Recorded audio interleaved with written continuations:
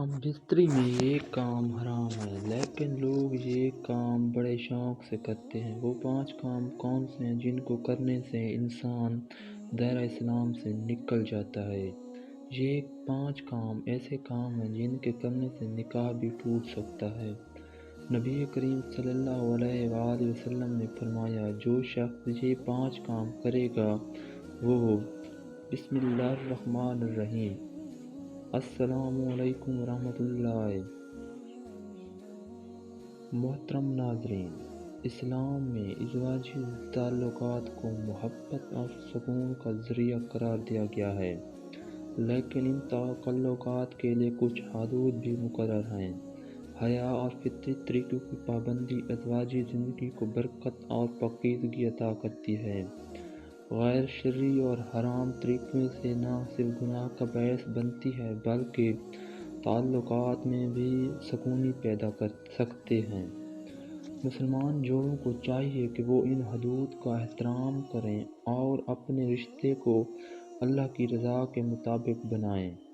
ناظرین، خاوند اور بیوی سے متعلق کچھ معلومات آپ کے سامنے پیش کرنے جا رہا ہوں۔ تمام دوستوں سے گزارش ہے کہ میری ویڈیو کو مکمل دیکھیے گا۔ محترم اسلامی بھائیوں، آپ سے بیوی کے تعلقات میں کچھ ایسے ایمان ہیں جن کو ہم معمولی سمجھتے ہیں، جو شریعت میں سنگین جرم ہیں۔ کبھی کبھار لگتا ہے یہ بے حیائی کی باتیں ہیں، لیکن یہ بے حیائی نہیں بلکہ یہ شریعت کا علم ہے۔ ہاں، اگر ہم اسی طرح کی باتیں اپنی خواہش کے مطابق کریں تو یہ بے حیائی ہے۔ ایک گناہ جس کو میاں بیوی کے تعلقات میں معمولی سمجھا جاتا ہے وہ یہ ہے کہ بیوی کا اپنے شوہر کو ہم بستری سے انکار کرنا، اپنے شوہر کو اپنے نزدیک آنے سے انکار کرنا۔ محترم بھائیو، جامع صغیر میں یہ روایت ہے کہ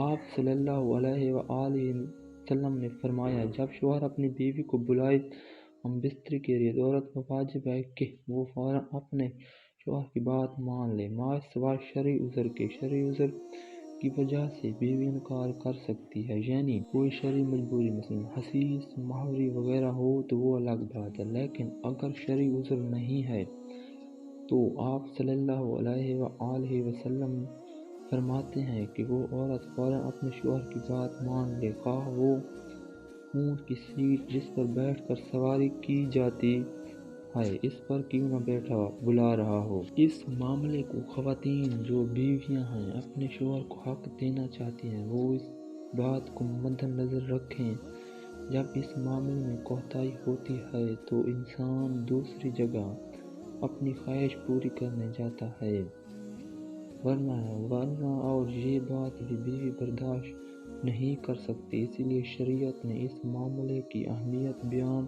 کی ہے۔ دوسری روایت صحیح بخاری کی ہے، نبی کریم صلی اللہ علیہ وآلہ وسلم نے فرمایا، جب شوہر اپنی بیوی کو ہم بستری کے لیے بلائے اور بیوی انکار کر دے اور شوہر اپنی بیوی سے ناراضگی کی حالت میں سو جائے تو جب تک وہ ناراضگی کی حالت میں سوتا رہے گا فرشتے بیوی پر لعنت بھیجتے رہیں گے۔ تو محترم بھائیوں اور بہنوں، 2 گناہ بیوی کے تعلقات میں جس کو غیر معمولی سمجھا جاتا ہے جبکہ شریعت میں اس کا اتنا سخت گناہ ہے، وہ یہ ہے کہ عورت کا بغیر کسی عذر کے شوہر سے طلاق کا مطالبہ کرنا۔ صحیح جامع صغیرہ کی روایت ہے، آپ صلی اللہ علیہ وسلم نے فرمایا، بغیر عذر کے خلع لینے والیاں اور اپنے شوہر سے چھٹکارا حاصل کرنے والیاں، گھر اجاڑنے والیاں، یہ اس امت کی منافق ہیں۔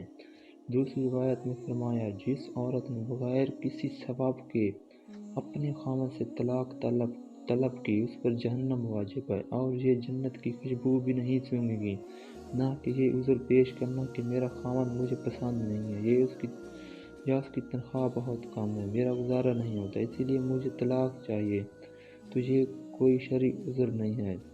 اسی لیے اس سنگین جرم اور گناہ سے بچنا چاہیے۔ والد اور والدین کو بھی چاہیے کہ وہ چھوٹی چھوٹی باتوں پر اپنی بیٹیوں کو گھر نہ بٹھا لیں۔ طلاق شوہر کا حق ہے اور یہ کتنی بری بات ہے کہ طلاق بیٹی خود طلب کر رہی ہے۔ میاں بیوی کے تعلقات میں عام طور پر ہوتے ہیں، وہ اس کو معمولی سمجھا جاتا ہے۔ وہ یہ ہے کہ حسیس کی حالت میں اپنی بیوی سے ہم بستری کرنا یا ایسی جگہ سے کرنا جہاں غیر کی ترکیب ہے۔ آپ صلی اللہ علیہ وآلہ وسلم نے فرمایا، جامع ترمذی کی یہ روایت ہے، جس شخص نے حسیس والی عورت سے ہم بستری کی یا عورت پیچھے جمع کیا تو وہ شریعت کا منکر ہے۔ اس لیے شریعت کا انکار ہے کہ جس نے یہ عمل کیا اس کے لیے شریعت نے کفار کا حکم دیا ہے۔ یہ بہت سنگین جرم ہے، لیکن اس کو لوگ سمجھ ہی نہیں پا رہے۔ اس بات کو کوئی سیریس لینے کو تیار نہیں کہ نکاح سے پہلے اور اس کے بعد آداب اور ازدواجی زندگی سے متعلق سیکھا جائے۔ دنیا میں جہاں ہر چیز کی ٹریننگ ہوتی ہے وہ ہم لوگ بڑے فخر سے کرتے ہیں۔ جناب، ہم بستری کے بعد سونے سے قبل وضو یا غسل کرنا لازمی ہے، لیکن جب بات شریعت سیکھنے کی ہے تو وہاں کیا ہے جس کی ہمیں شرم آ رہی ہے؟ دنیا کی بے حیائی میں شرم نہیں آتی، لیکن شریعت سیکھتے ہوئے یا شریعت کی بات کرتے ہوئے ہمیں شرم آتی ہے۔ 4 گناہ میاں بیوی کے تعلقات میں جس کو معمولی سمجھا جاتا ہے وہ یہ ہیں: کسی غیر محرم عورت کے ساتھ اکیلے میں ملاقات کرنا یا کسی غیر محرم عورت سے ہاتھ ملانا، یہ بہت سخت گناہ ہے۔ 5واں گناہ، ہم بستری کے دوران قبلہ رخ نہ لیں، یہ احترام قبلے کے خلاف ہے، لہذا اس کی طرف نہ منہ ہو اور نہ پشت ہو۔ نبی کریم صلی اللہ علیہ وآلہ وسلم نے فرمایا، جامع ترمذی کی روایت میں، جب کوئی آدمی کسی غیر محرم عورت کے ساتھ تنہائی میں ملتا ہے تو وہ 2 نہیں ہوتے، تیسرا ان میں سے شیطان ہوتا ہے۔ اور آپ صلی اللہ علیہ وآلہ وسلم نے فرمایا، تم میں سے کسی شخص کے لیے کیل لے کر اپنے سر میں ٹھوک لینا زیادہ بہتر ہے بجائے اس کے کہ وہ کسی غیر محرم عورت کو چھوئے۔ اور ہمارے ہاں یہ علم ہے کہ چھونا تو ایک معمولی بات ہے، یہاں تو پورا ہاتھ ملایا جاتا ہے۔ ایک بار ایک عورت جس کو شریعت کا علم نہیں تھا، وہ مدینہ آپ صلی اللہ علیہ وآلہ وسلم سے بیعت لینے آئی اور آپ صلی اللہ علیہ وآلہ وسلم کے آگے اپنا ہاتھ بڑھایا۔ آپ صلی اللہ علیہ وآلہ وسلم نے فوراً اپنا ہاتھ پیچھے کر لیا اور فرمایا، حضرت محمد صلی اللہ علیہ وآلہ وسلم کسی عورت کے ننگے ہاتھوں کو دیکھنا بھی پسند نہیں کرتے۔ آپ صلی اللہ علیہ وآلہ وسلم نے اپنا چہرہ مبارک پھیر لیا۔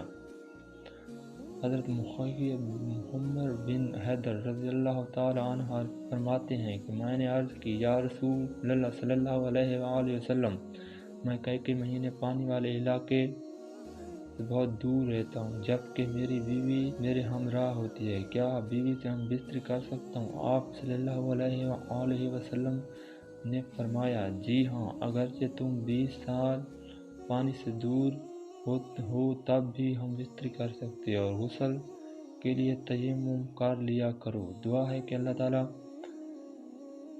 اللہ رب العزت ہم تمام مسلمانوں کو شریعت کے مطابق بستری کرنے کی توفیق عطا فرمائے، آمین ثم آمین۔ اگر میری ویڈیو پسند آئی ہو تو ویڈیو کو لائک اور چینل کو ضرور سبسکرائب کر لیجیے گا تاکہ مزید اس طرح کے معلوماتی ویڈیو کا نوٹیفیکیشن آپ کو بر وقت ملتا رہے۔ شکریہ۔